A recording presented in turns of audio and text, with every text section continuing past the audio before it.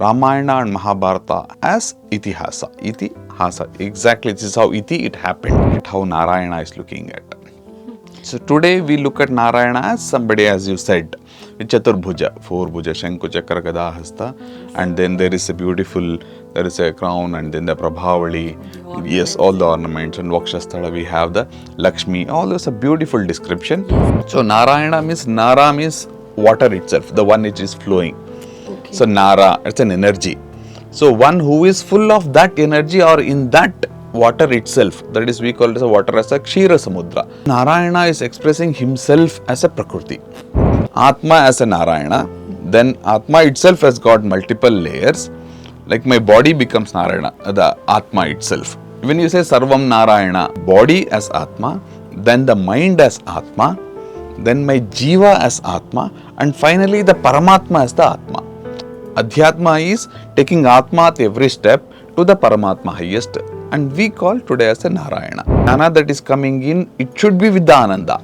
A Jnana without Ananda which becomes very dry, like education, not what you are seeing today. Veda is the vastness, the Varuna Tattva. That is the Narayana. The aspect of Narayana is all encompassing, the Vishnu Tattva. Namaste everybody. We live in a land rich with spiritual traditions, where thousands of gods and goddesses are worshipped daily in various forms. But did you know that there might be a slight difference between the deities that we worship commonly and the gods, goddesses, or the deities mentioned in the Vedic text? Yes. To understand this, we have our beloved mentor, spiritual guide, and Vedic scholar, Dr. Nagendra sir. Sir, welcome again to the show. Thank you so much for your time. Thank you so much for joining us. Well, sir, most of them might not realize that there might be a slight difference between the deities that we commonly worship compared to the deities or gods or the energies that's mentioned in the Vedic text. Today, I have personally chosen Narayana for discussion.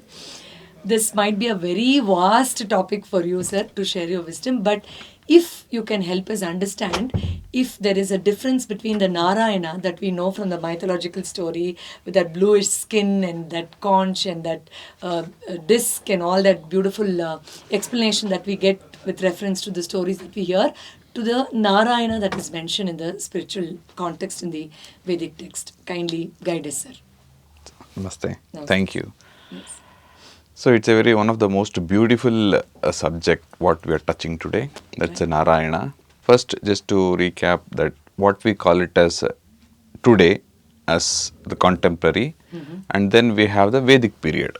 Right. So in the chronological order, if you see, of course there is Chaturyuga, and then there is a Manvantara, Kalpa. That cycle goes on. Right. That's more from the Shastra where we want to systematically study. Right. To generally understand where we are today, in the context of time and space, Kala, Desha. Right. In that point of view, Vedic period is what we see as Satya Darshana. They were able to see as it is. That's a Darshana, what it is. So that is one aspect of it. And towards the end of the Vedic period, so we have the Vedanta. That is, Vedanta is towards the end, or Anta is also means the essence, innermost, inside Antaha. So that is Upanishad. Right. So there we get more in the form of a knowledge-based kind of a approach. It looks like more like a knowledge-based, and also there is an explanation and some stories also revolving around that. Right. And then we have Purana and Itihasa. Purana, Itihasa, we know history. So in our Bharatiya Parampara, we have the Ramayana and Mahabharata as Itihasa. Itihasa, exactly, this is how it happened. Oh, right. So that is Itihasa. Itihasa, there is not much of a glorification or anything, whereas in the Purana, we have 18 Puranas, including the peak of it, Bhagavata, all written by Bhagavan Vedavyasa. Right. So here we have Itihasa and also an aspect of the beautiful description of the Bhakti Yoga. So we in this contemporary time, we are very near to this Purana. Right. That is, if you say Ramayana, Treta Yuga, and then Mahabharata, Dwapara Yuga, and then towards the end, there is Vedavyasa, and then Purana, and then among the Purana, last one is the Bhagavata. Right. So in that, he beautifully describes, it's like a poet, a kavi, beautifully explaining that. From the point of the essence, there is no change. Whether it is a Vedic deity or Upanishadic or Itihasa or Purana or what we are doing today. From the essence point of view, it is same. Wow. Okay. But the way I perceive is slightly it is changing with time. One is because of the evolution we are going high, and also the way I look at it and I approach it. From that point of view, we look at it, how Narayana is looking at. So today we look at Narayana as somebody, as you said, with Chaturbhuja, four bhuja, Shanku, Chakra, Gada, Hasta, and then there is a beautiful, there is a crown, and then the Prabhavali, yes, all the ornaments, and Vakshasthala, we have the Lakshmi, all this a beautiful description. Yes. And this is not something inferior, we need to be very clear with that. This is not something low and what they saw in Veda as the highest, no, not at all. There is no hierarchy. Nothing, no hierarchy at all. Because it is the same supreme, it is just he is trying to express himself. Wow. And the way I want to look at it. It's like, best example is a mother. For a child, how do the mother look at it? He doesn't look, the baby doesn't look at mother as something beautiful with the face or the dress she is wearing or how these, nothing. Mother is from within. So, Bhakta and then Bhagavanta and Bhakti, that comes always together irrespective of the time and space. Yeah. Okay. Beautiful. So, yes, please. Yes, sir. So, in this context, if we have to understand the primary differences, one is the appearance itself, but does holding on to that appearance become a limitation when we have to, when we consciously make an attempt to dive in deeper into understanding that Parabrahman, or does it help us and assist us to build deeper into it? Because sometimes when you are holding on to a particular picture or a ritual or something that you feel comfortable doing, you tend to put a bracket and stay there inside. So, can you please help us understand the difference? Yes, it is both. To start with, it is an opening door. So, we are climbing up. Right. Using this, if my Jiva Swabhava is towards that looking Narayana as a image, as a symbol, as a picture, as an idol, or even Agni Narayana through the Agni. Yes. I can use any of those. Yes. Or even my Guru, or even the Veda Mantra. All those are. To start with, these are like, it is lifting me upwards. At some point of time, I need to be very clear that this can also be an hindrance. Yes. This is not just with the deity or the Narayana, even in a regular aspect. So now if we are like studies, now if you want to do something, a PhD program or something, you go there and you do the PhD, you complete the thesis, and then they say, no, I am very attached to the thesis, I don't want to leave it. Now the whole idea of getting into a PhD, the concept, the thesis, it is fulfilled the moment you finish that. Absolutely. Now what next? Correct. Unless you keep on saying that I am a PhD doctor or MBBS doctor, if you keep on doing that, there is no outcome of that. Till then it has been your means or instrument to be there. Now it is up to you how to live that. And then allow the next knowledge to keep Unfold in. and go Yes, beyond. yes. This is how the stages goes on. The same thing with the mind also. Right. The mind is required to focus. The mind is also a place where there is disturbance. Yes. For there is a disturbance, then I need to involve. Involution is actually lowering. Evolution is going high, involution is going low. Right. The mind as an involvement, you bring it to the focus point and then evolve from there. This is exactly how it is going on. So, we should know when, to what extent it should be, we should be with that. Even for that matter, Veda Mantra. Yeah. Or the knowledge. The Veda itself says, it can be a hindrance. The moment you touch towards that Supreme Being, you leave all the Vedas. Even in the Bhagavad Gita, Sri Krishna says, Sarva Dharma Parityajya. Dharma is not from the religion point of view. Dharma is the nature. Dharma is the means. Dharma is the holding one. I think we had an episode on the Dharma itself. Yes. So, you need to leave all those Dharma, including my Swadharma. Including that, because that itself becomes a prison. My own identity itself is to know that. Once you know that, then you have to live it. I cannot roam around saying that I am a doctor and throughout the day and go with the sleep with that. Then I don't enjoy everything. This is how all these are looked from the Vedic point. They were very clear with this Vedic point. It was very clear to those rishis because they had that yathartha jnana exactly to see how the Narayana himself. When I say see is not the physical see, it is an experience. definitely the beautiful experience what we can say is as a mother. You close your eyes and then you imagine mother, you open your eyes or you hear. Mother is an experience. Absolutely. The same thing happens with the divinity. So Wow. as long as you are open for it, you can see mother everywhere. In every woman, every child and every man, you can see that. But how open are you for that? Now the highest mother among the mother is what we are calling it as Narayana. The Narayana himself has got many dimensions. So that we need to touch up base on Yes, that. yes, sir. What the Veda calls as a Narayana. Absolutely. I was getting on to that in the next question. Now, you said Yathartha Gnana or Darshana. So, how do we go closer to what they saw, what they perceived, and what they wanted to express? And where exactly in the Vedic text is it mentioned? Where can we look for those texts? And how can we dive in deeper with your explanation insights that might help our viewers to get into the deeper insights? And as you said, after it has served a purpose, the imagination or the portraying Narayana in certain form, we should not cling to the imagination.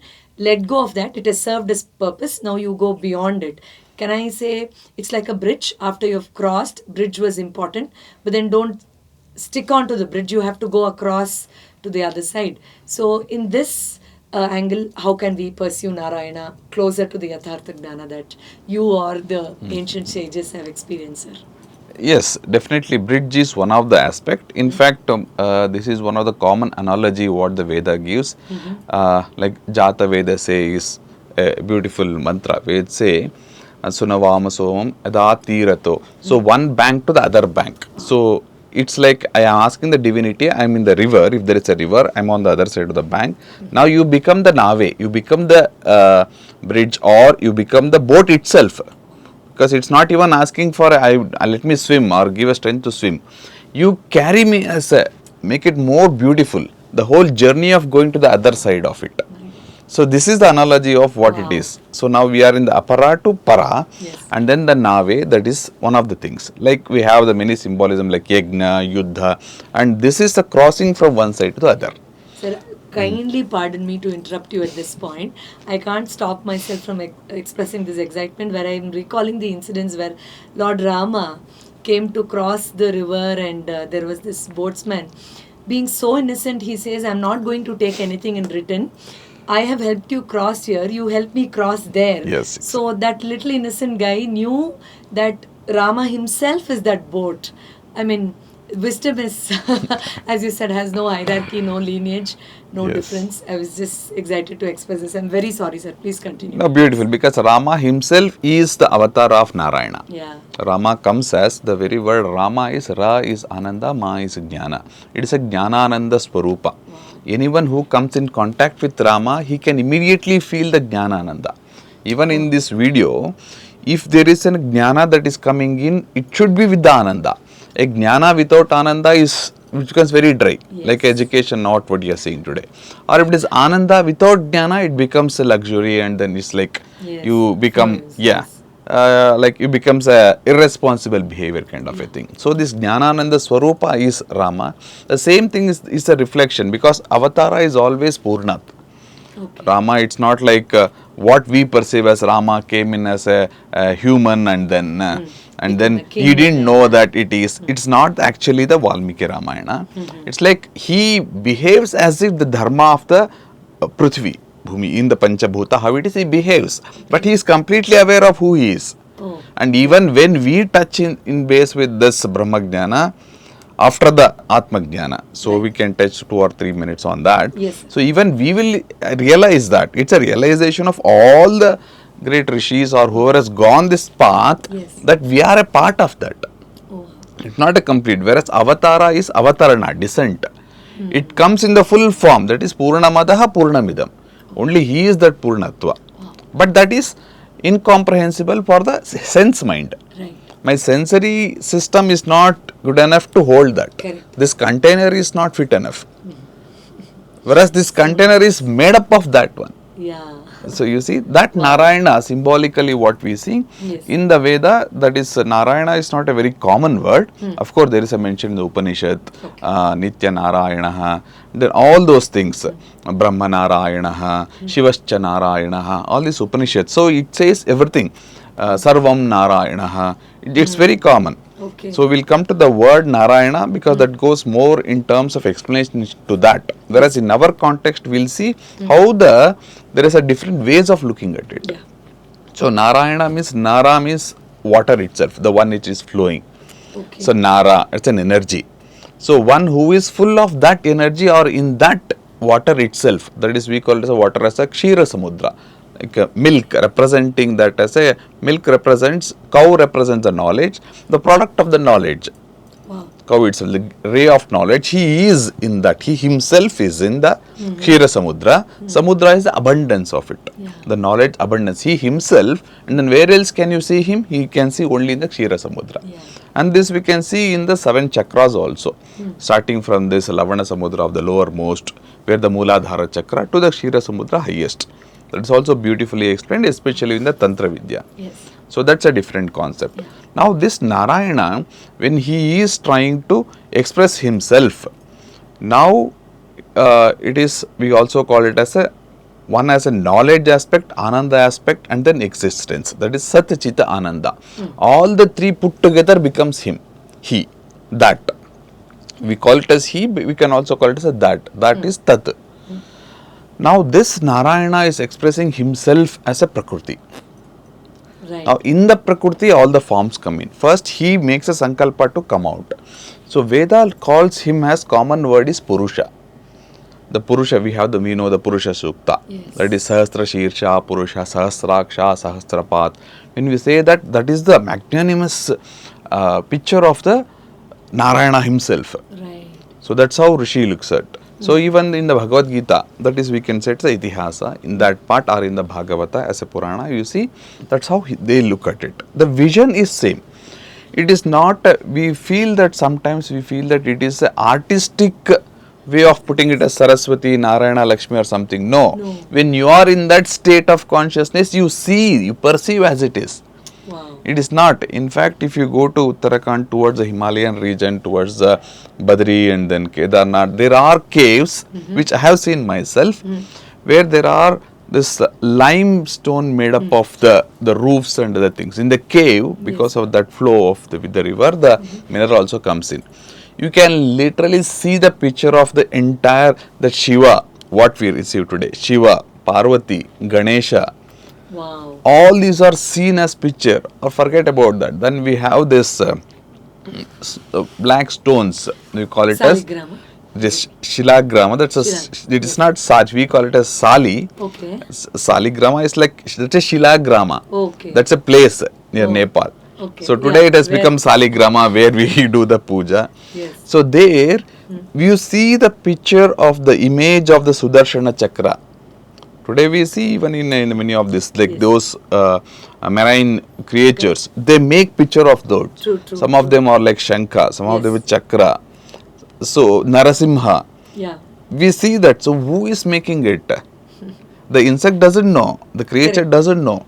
These are the images already there. When you are in the deep meditation, you are in that plane, you see that as an image and then you connect.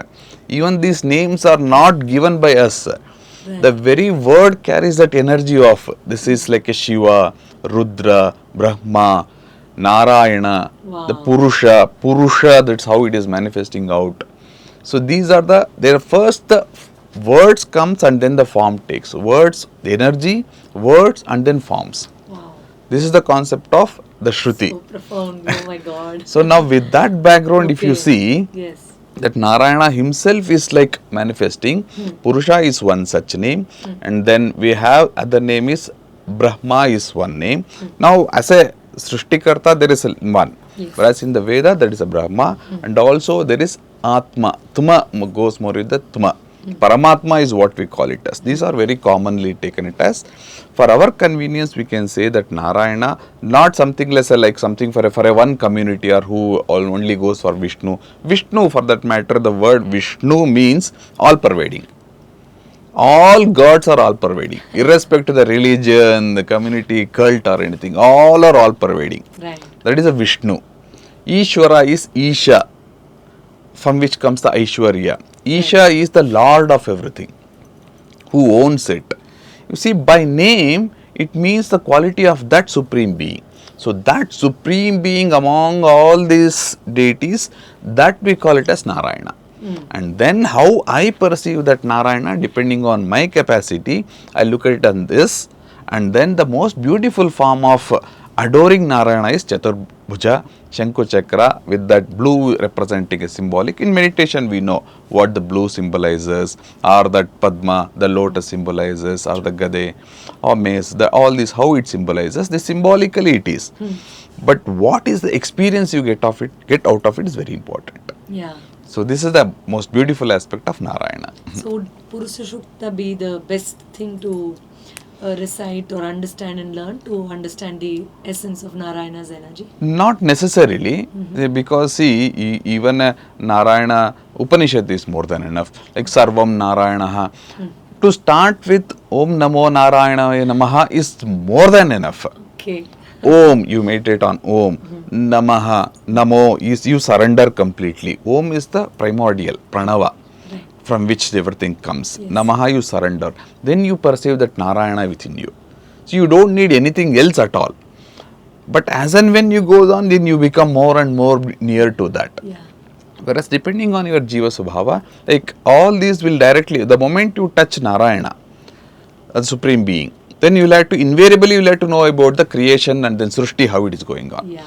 So this Purusha Sukta, Sivamiya Sukta, and then all these will open up with the how the creation started, how the Kalpa, the Manvantara, then Yuga, and then all this comes in. And for a beginner, it may sound too confusing. Yes. So, Yeah, why is this correlated with yes. that and all that? So that's the only those who are actually interested in that jnana and then get into that bhakti, then it goes more with the beauty aspect of that. So what is more important for us is how do we approach this Narayana? So the best approach is, I say that Atma as a Narayana, then Atma itself has got multiple layers.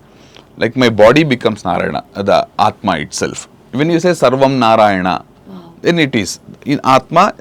Our even Bhagavata explains this, and Brahma Sutra also explains the creation and everything. So we see that body as Atma, then the mind as Atma, then my Jiva as Atma, and finally the Paramatma as the Atma. So there are multiple levels where we can get in. So why we should know body as Atma is because then I will know that I am not possessing my body. I am not the body.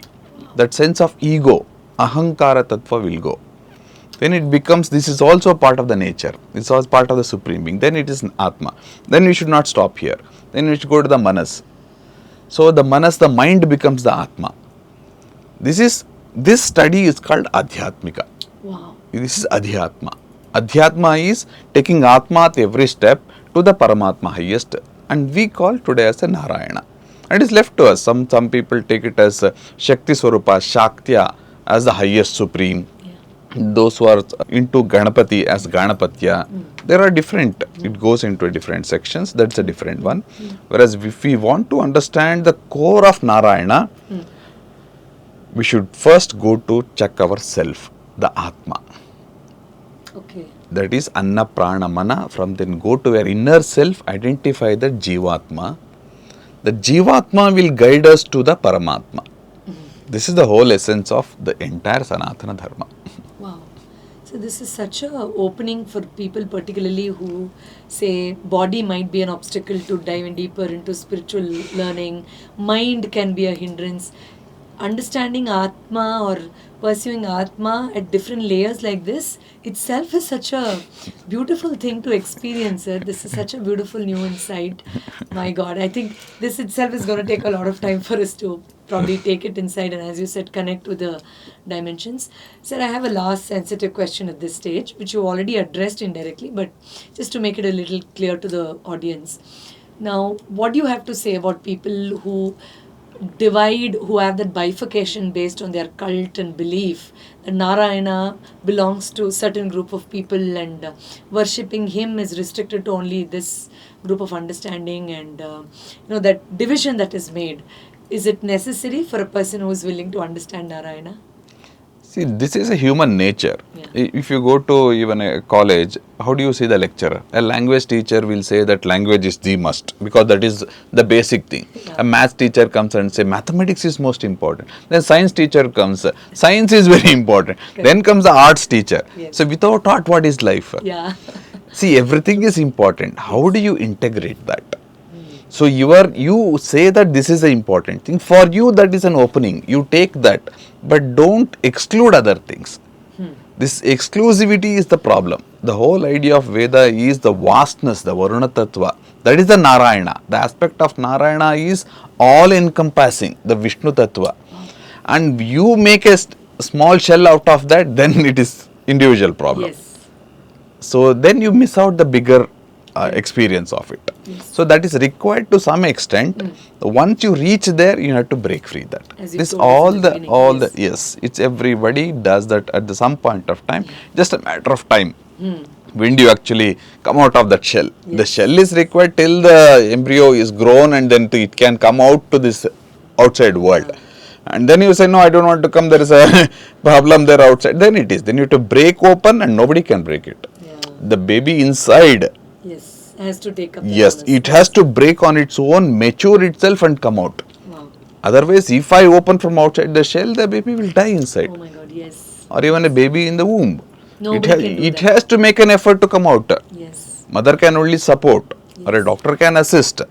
But it will decide only once it is ready to come out with the full maturity. If not, then it goes for ICU, and then we know all those what is happening. So this is how we should look at. All these are actually helping us, but at the same time it can be hindrance. We should know when it is hindrance. How is the best way to see? Whatever you are doing, that is should be Jnanananda Swarupa inside. It should give me the knowledge and at the same time Ananda and love for all. So this comes with the Jnanananda Swarupa, the vastness. This is the Narayana Tattva what we are looking for. Beautiful. Thank you so much, Doctor.